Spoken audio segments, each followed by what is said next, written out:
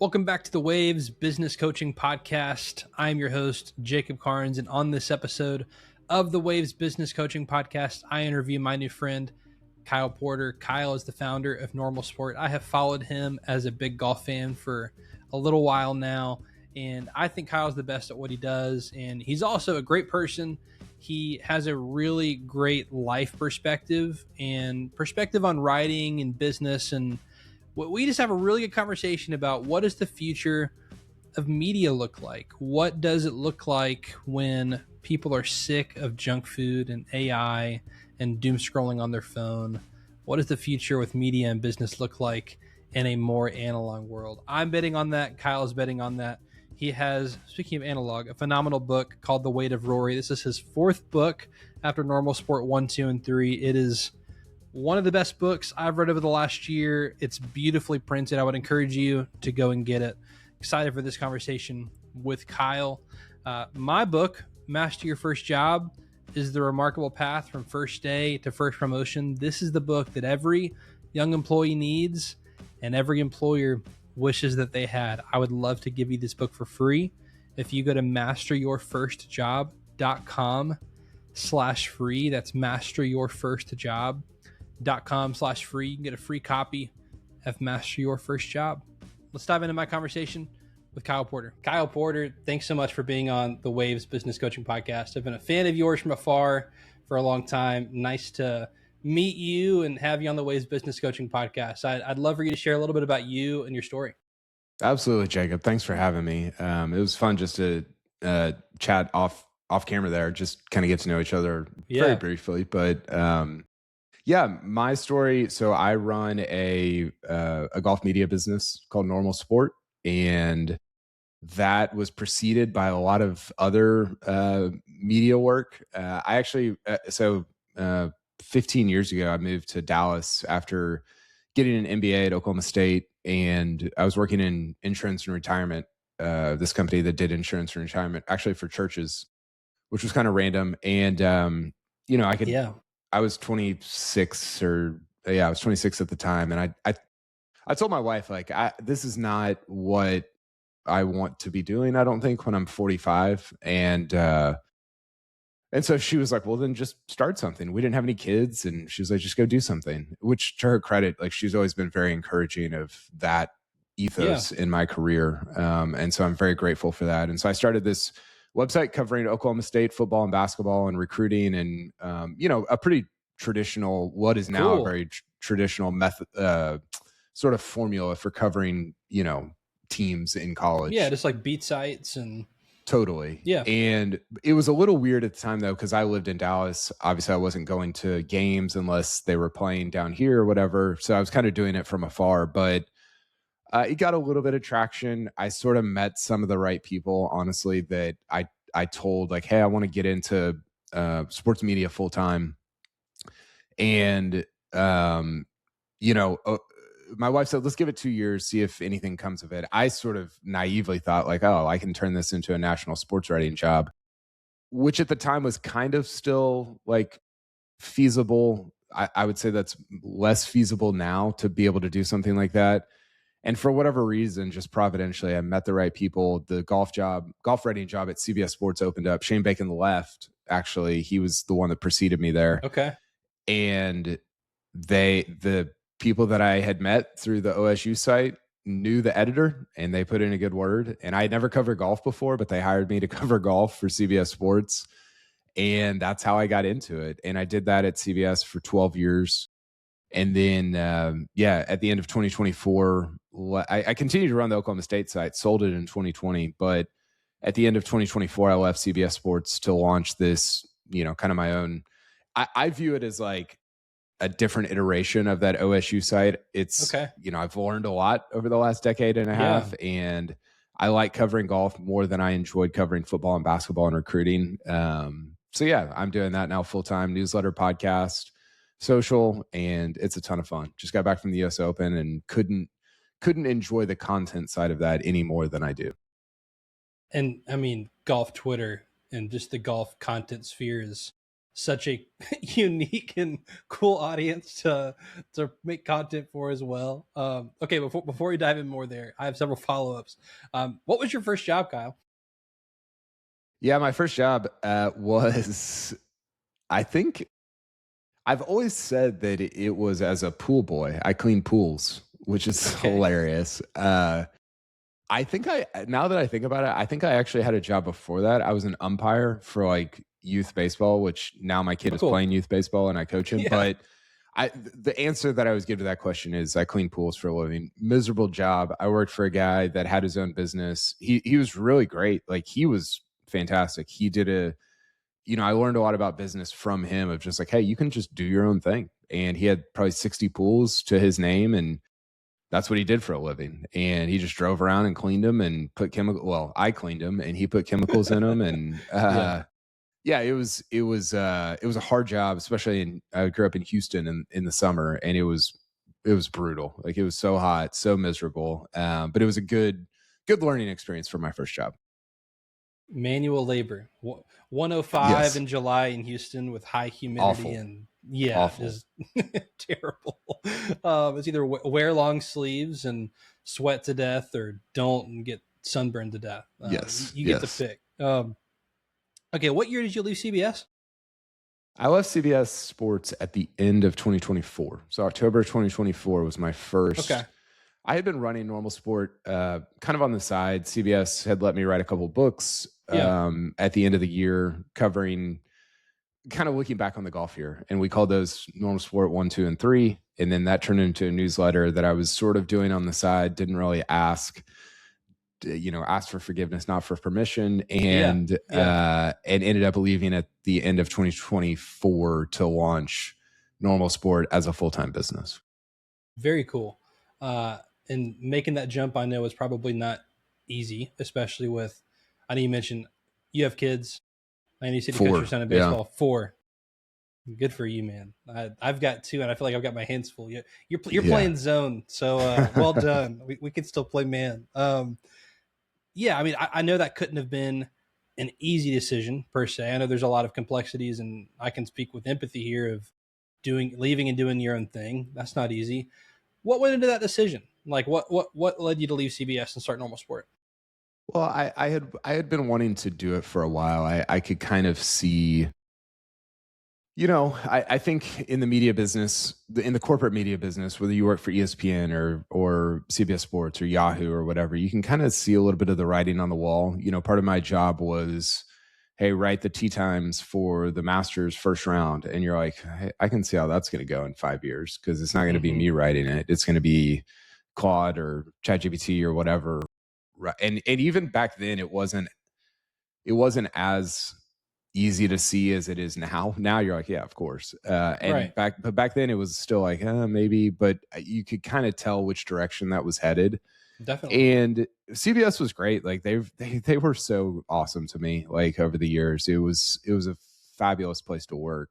But I think in the end, I really wanted to have control over what content I produced and what artifacts my company made. And I had a lot of autonomy there, but I didn't have, sort of that business autonomy of like, okay, this is the direction we can head in, or strategically, this is the direction we can head in. And I've always enjoyed that. I've always enjoyed sort of the entrepreneurial side of all this. I don't enjoy it as much as the content side. I love the writing and making the content, but that part of it I've just always enjoyed and really wanted to get back to that at some point, and it happened to be at that point in 2024. Yeah, so that jump, you had the newsletter. Did you already have a big, I guess, newsletter subscriber base before you are like, I'm going to go to Normal Sport full time? Yes, that's a great question. I can't remember. I think we were at like 7,000 or 8,000, and the day that I left, I think it jumped up to like 10 or 11,000. So we gained a lot at that time. But the problem was we only had one sponsor at the time. So we had Holderness and Bourne was our only sponsor. So they were sponsoring the newsletter. Yeah, they were sponsoring the newsletter before I launched it as my full-time job. Cool. And so I'm very grateful to them for that. But looking back, I'm like, gosh, like we didn't we didn't have a whole lot of like, there wasn't, it was a high wire act without a net kind of. And so I remember talking to my wife about this though. And the thing that she's always been great about is giving things like this timelines and just saying, hey, February 1, we've got enough, financial freedom to get to the, like, for our family to get to that point, even if we make $0. Let's check back in. If it's working, great. If not, you can go do something else. And so I think that was helpful to like take the pressure off of, oh, I've got to make 500K in the next, whatever in the next year. And so it was building it little by little in that period of time. And, thankfully we still have money in the, in the business bank account, and we're still cranking. So yeah, it's been a ton of fun. And I think what you, and I know Jason Pate is a big part of it. I don't know who else is on your team. Those are the two I see. Y'all create very good. It's not just slop, AI slop, and that's been stuff, but it's very human. And I just pulled up your Twitter. I was like, what's the phrase he uses? I use golf to write about life, which I think is why I love your stuff so much, is the humanity in it. And I haven't found a good way to word it, but I'm like, there's so much humanity in what you write, which is what I love about sports. Is it's this last thing we have left that is live, where we don't know the result, and you have humans that are experiencing, like, on screen in front of the whole world, their biggest emotions, biggest triumph, biggest letdown, and everything in between. Us as fans, we'll get into the Rory stuff because he is such an interesting person that you've gotten to cover. But yeah, I think it's very cool what you guys have done that is real. It's made by humans.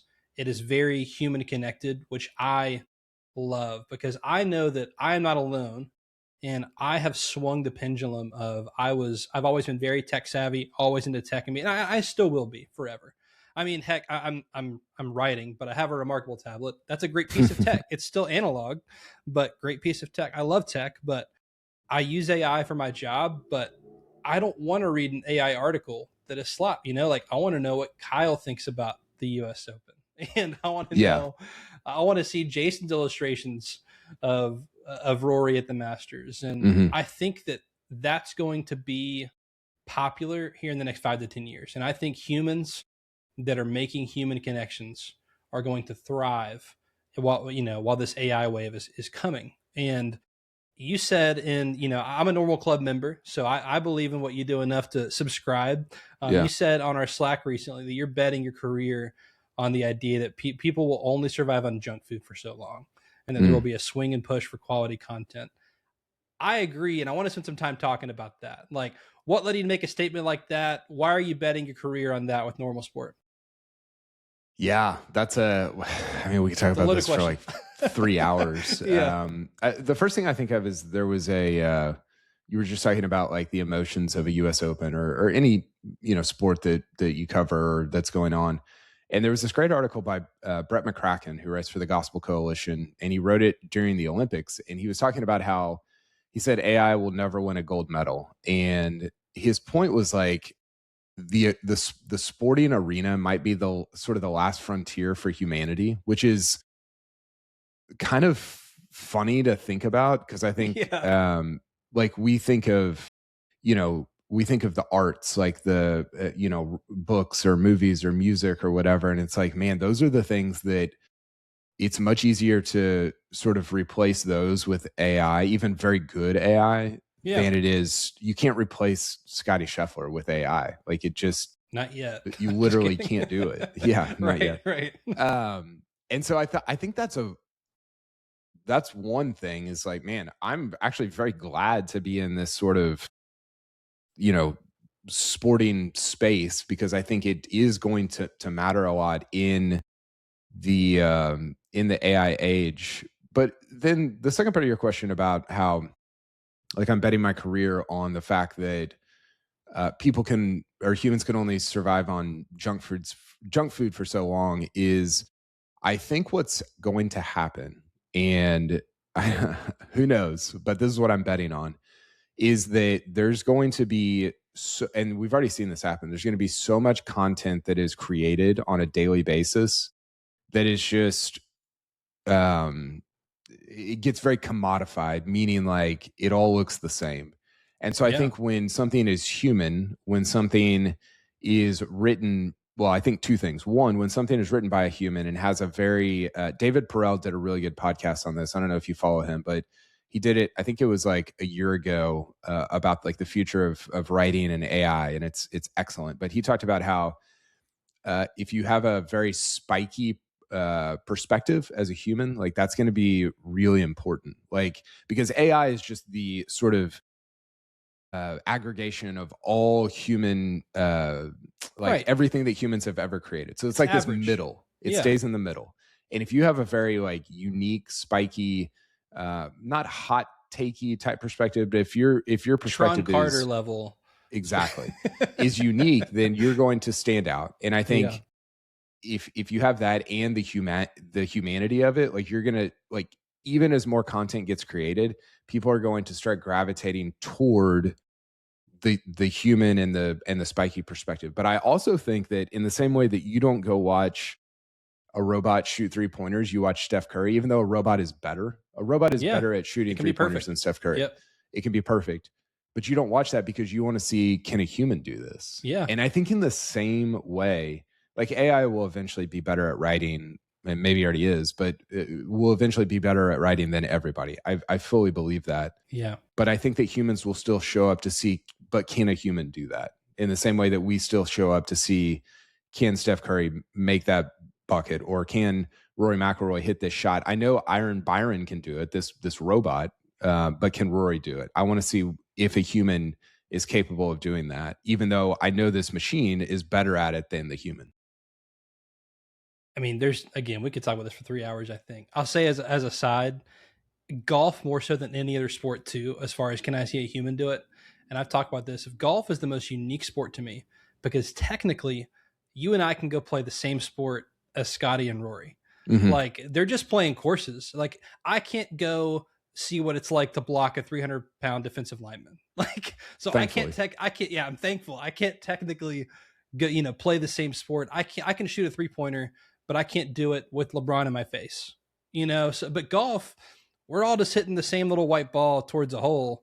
And so it's why one of the reasons I love golf is I watch myself play, then I watch these guys hit these shots, and I'm like, gosh, again, how do they do it? It's the human of like, I would love to be able to do that with a little stick and a ball of watching some of the shots these guys pull off. Even if it's guys like Wyndham Clark, it's fine.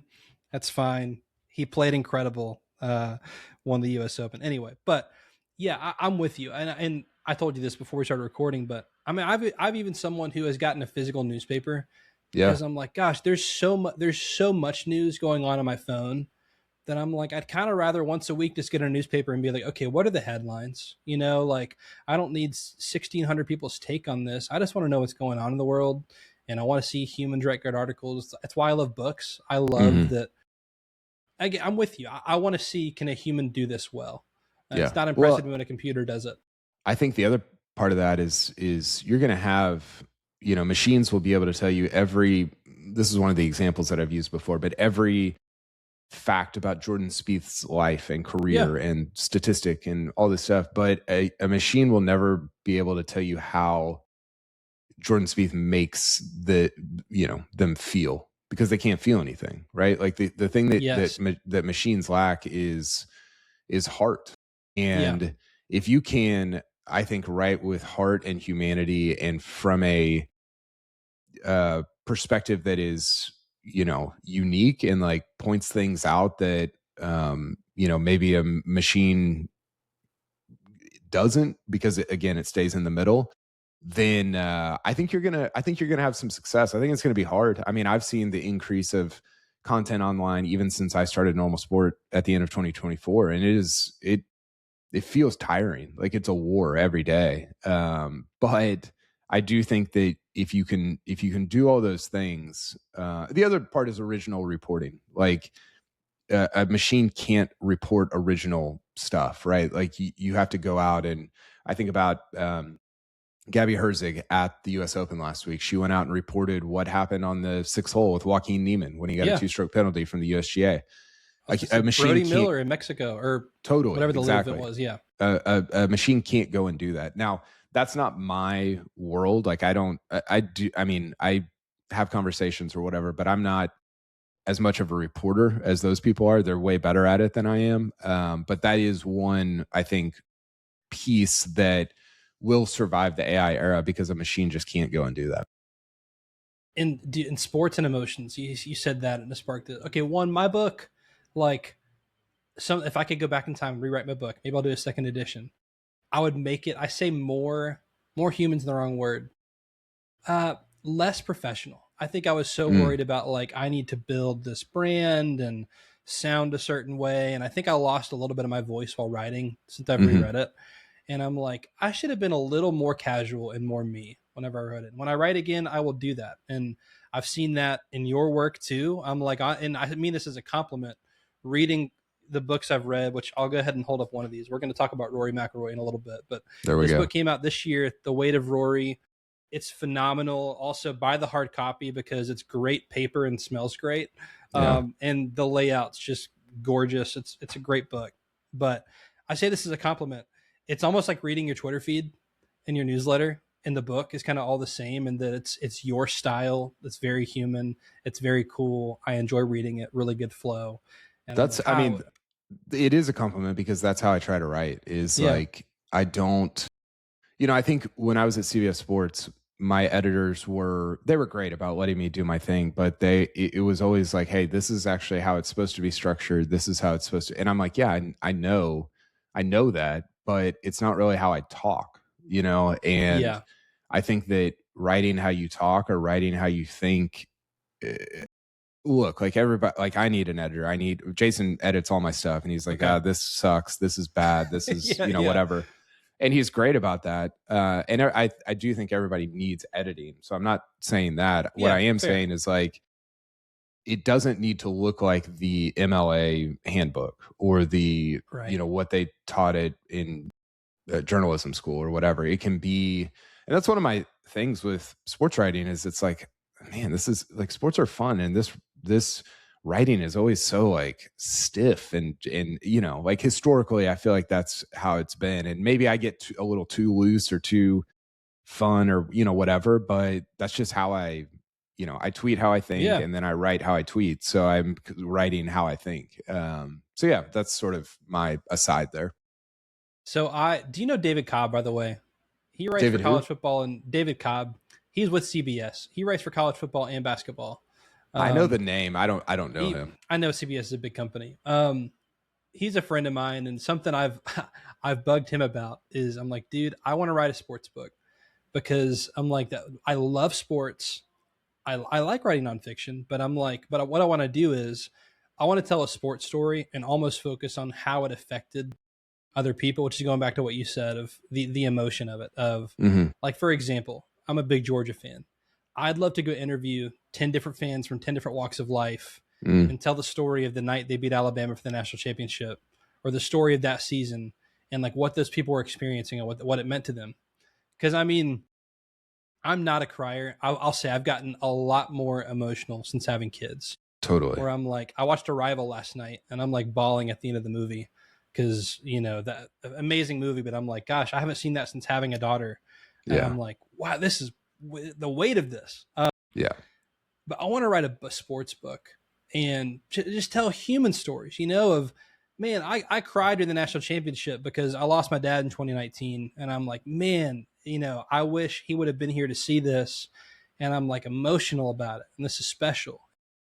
Again, those are the stories that I think make sports special. It's not just, yes, a human accomplishing something is very cool, but also I don't know how many Georgia fans exist, but I would say millions of other people who are like sharing in this as if we did this, For sure. like it was the first time. Well, of course we had the Braves like 2 months before that, but it was like my whole life, I'd never seen one of my favorite teams ascend the mountaintop.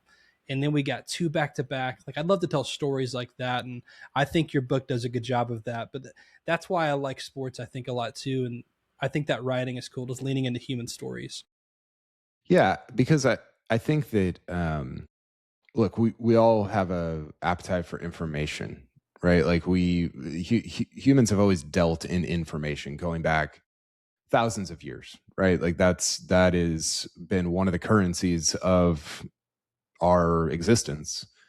But I do think that I think what more so satiates our souls is the story, right? Mm-hmm. I think that information is meaningful, but I think story is more powerful and more necessary just for like living. I mean, you think about how humans have always, this is probably going too deep in the weeds here, but you think about how humans have always existed and they've told stories. They've told stories around a campfire for literally thousands of years. And that got them to the next day, or it got them to the next week. And that was, life was different back then, and it was harder and it was more complicated. But I think that what we've missed in this present age is that AI provides a lot of information. It doesn't always provide a lot of story. And I think story is fundamentally important for living and for getting people to the next day and for thriving in the world as it is today. Yeah. And I mean, we can start to talk about your book a little bit. I think Rory's an example of that AI can tell me that Rory's a 6-time major winner now. And at the time he was a 5-time major winner and he was this prodigy and whatnot.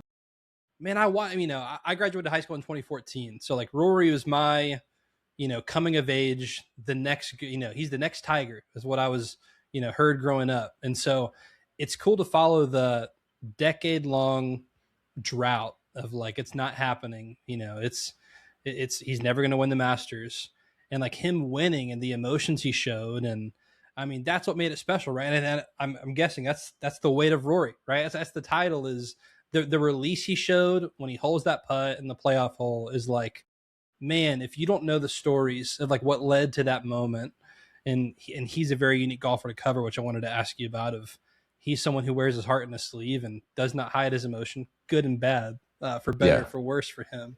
That's why sports are so special. And yeah, he's a unique golfer. What you've talked for a long time that Rory's been the most interesting golfer for you to cover. Why is that? Yeah, well, I think going back to what you were originally saying there, I mean, Shot Tracker can tell you that he hit 7-iron from 196 yards on the 15th hole to 8 feet. But man, does that not tell the story of what that shot was, And I think that's the difference between information and story. Well, I'll pause there as an aside. The no laying up audio thing they did, which I think you're in that clip, aren't you? Were you with KBV? And that was one of the coolest things. And I'm so glad Augusta let them do that. Yeah. For y'all to be there, for him to hit that shot and just hear, because you couldn't see the green, right? No, not really. I mean, you couldn't see the ball land on the green. You could see the green, but it was too far away to see like what the ball was doing, and so you're just listening. And it's we basically all were just listening for what happened because of how many people were out there, how far away the green was. It was blocked out by the trees up the left side there on 15 at Augusta, and it was. I mean, I'm so glad too. And what a year to record audio like that. Yeah. For Rory to win. But I'm glad that moment was captured because we're all like losing. I mean, Rory is like, if the joke is that every time you go to a major, like every conversation you have ends with like, what do you think about Rory? And not just like within media, but just all human. I mean, I heard Rahm and Bryson were playing a practice round together on Wednesday before the U.S. Open, and they were talking about Rory. And I'm like, oh, you guys too. It's not just us idiots in the media, And so that was funny. But I can't even remember. What was your question about Rory? I'm like, why is he interesting to cover? I think he's interesting to cover because I think he is so unique in that he's an all-time talent. I mean, I think it's indisputable now that he's a top 12 golfer ever.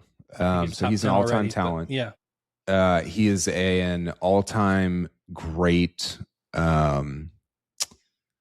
talker and like presenter of things. I don't mean trash talker or anything like that, but he's very good at articulating things, and he's a great quote, and he always talks. Not always. He didn't last year for a while, but he often talks. And, you know, a lot of guys, especially in golf, they don't say anything.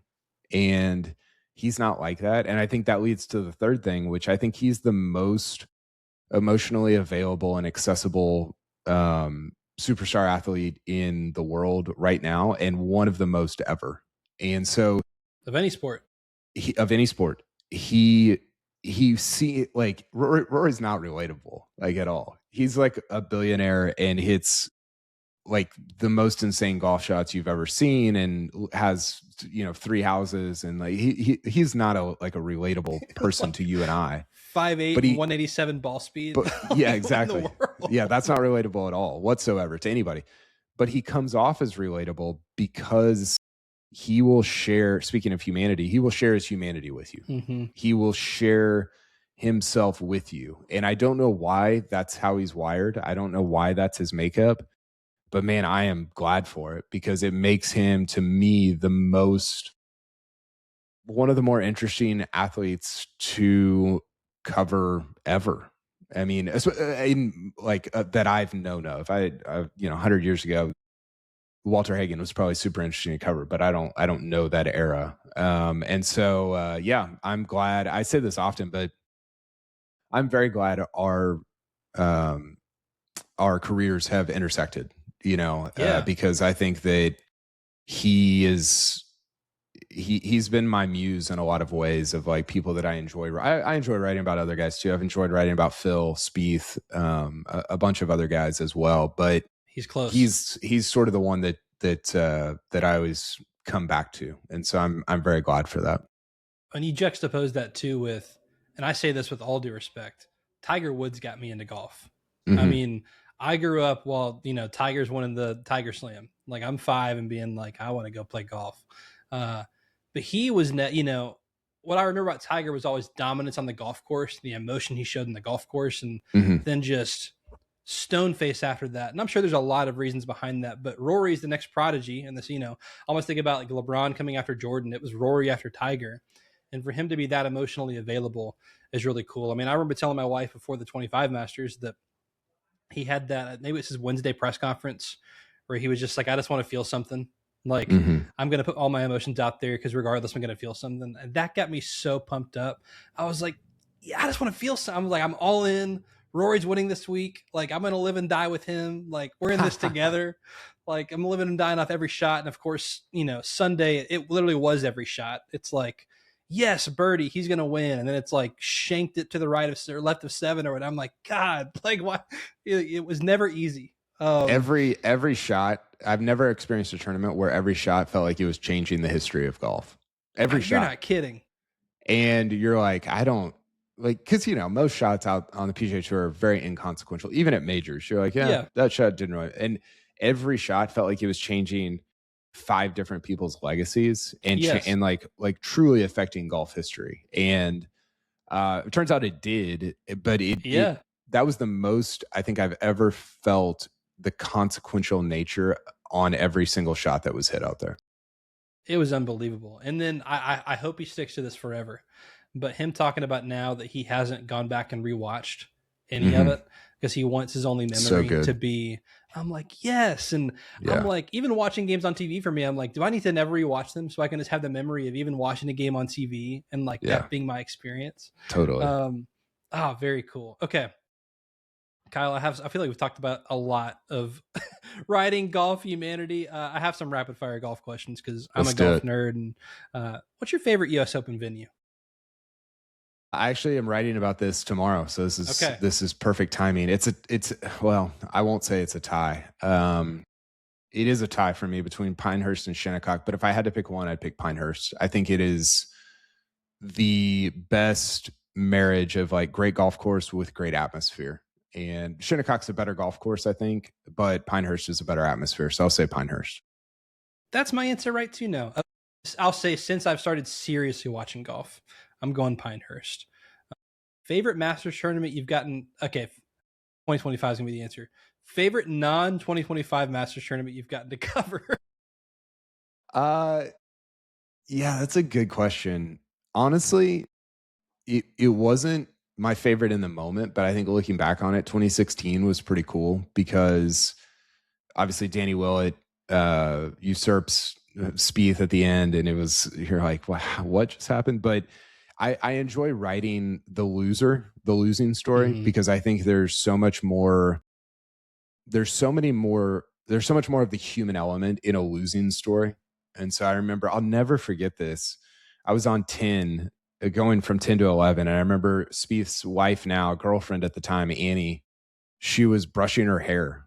And because she knew she was about to, Spieth's up 5, she's about to be on national television. Oh my gosh. And I'll never forget her just like standing there brushing her hair. And that was the lead to my piece that night, was Annie brushed her hair.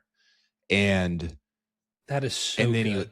And then he lost, and so you kind of like go different directions from there. And then he lost. But it was just, for me, it was my first experience, my first like real big experience of like getting to write the losing story. And like, I think that is just as compelling or attractive as, the winning story at times. Dude, Urban Meyer eating pizza in the tunnel, Exactly. I mean, that's so compelling. All right, Urban Rory. ate a pizza. Yeah. That's right. Rory McIlroy. I've messed with this number a little bit. Over, under. Recency bias made me move this lower. You know what? 8.5. 8.5 over, under. Under.